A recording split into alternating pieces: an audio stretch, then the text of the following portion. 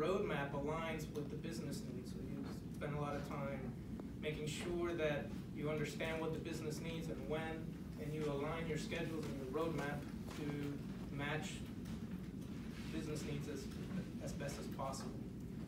That said, the software architect kind of looks across teams, works across teams, so you're kind of the communications hub between your group and all the other groups that you're involved with, and you get pulled into every technical need the business needs outside of actually building a feature or building a product. If your company's buying another company, you're going to be the one reviewing that other company's source code to do the due diligence.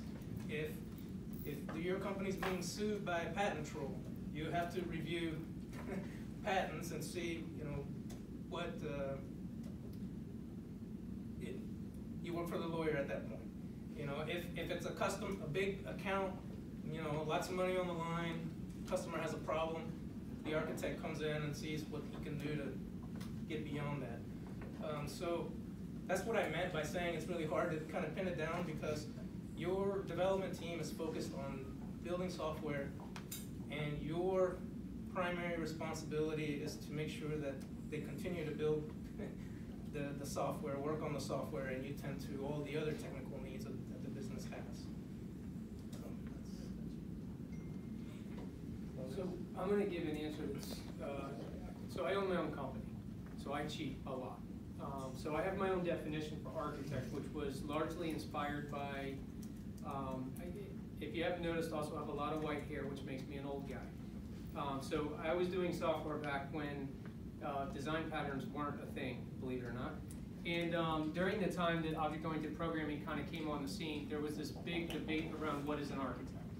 So I was there when the argument started, and so I get to cheat a little bit. Martin Fowler wrote a fantastic paper several years back called What is an Architect? And in order to answer the question, he had to first define what is architecture. So Martin Fowler talked to all of what we consider to be the godfathers of the space, the luminaries, the thought leaders, the people who actually created object-oriented programming. And there was this gentleman named Ralph Johnson. You can look up his name, kind of an influential person. But he actually said that from his perspective, architecture was a collection of decisions which represented the important decisions, because every application is different.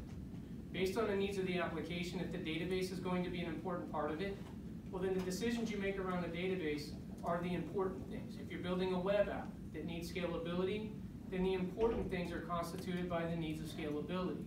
So starting with that as a foundation, I believe that architecture is a collection of decisions that represent the important things. Then using Martin Fowler's definition, an architect is the person responsible for making sure we make decisions about the important things. Now, a lot of people believe that architect is a job title. At my company, we believe it's a role. Any developer on the team can play the role of architect so that people can learn to understand what it's like to be responsible for making decisions about the important things. In that regard, I look at it a little bit like a doctor or a lawyer. A junior lawyer is going to be trusted to make smaller, less complicated, less risky decisions so that they can learn how to be a more powerful lawyer later. But again, an architect, in my opinion, is somebody who's responsible for making sure we make all the important decisions.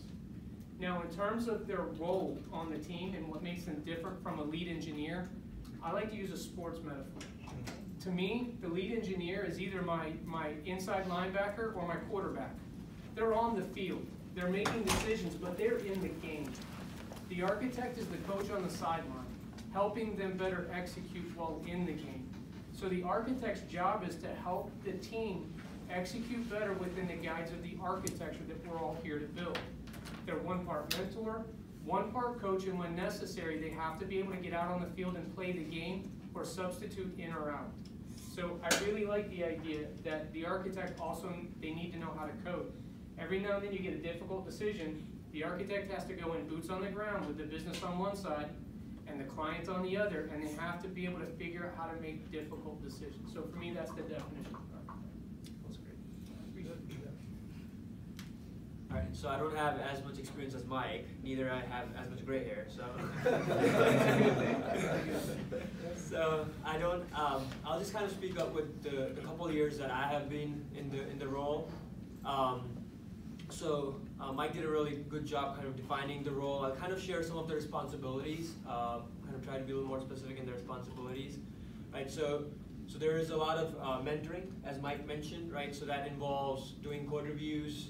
That also involves making sure that the architecture that you came up with, or the design principle that you came up with, is being followed, right? So that's kind of, as an architect, is your responsibility to make sure that happens throughout the life cycle of the project or the system. And so there's also a good amount of documentation involved, right?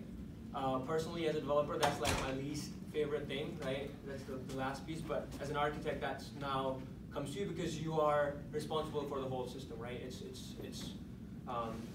It's your responsibility. So to make sure that there is documentation for it is also a key responsibility that comes to the architect plate.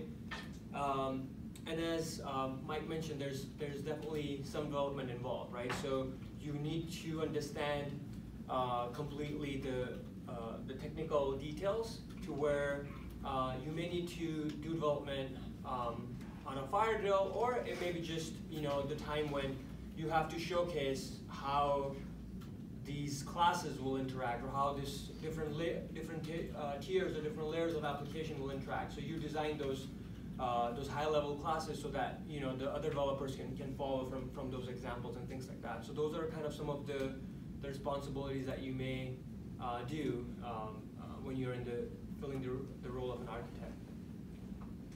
Does anyone want to jump in and add anything? Anyone have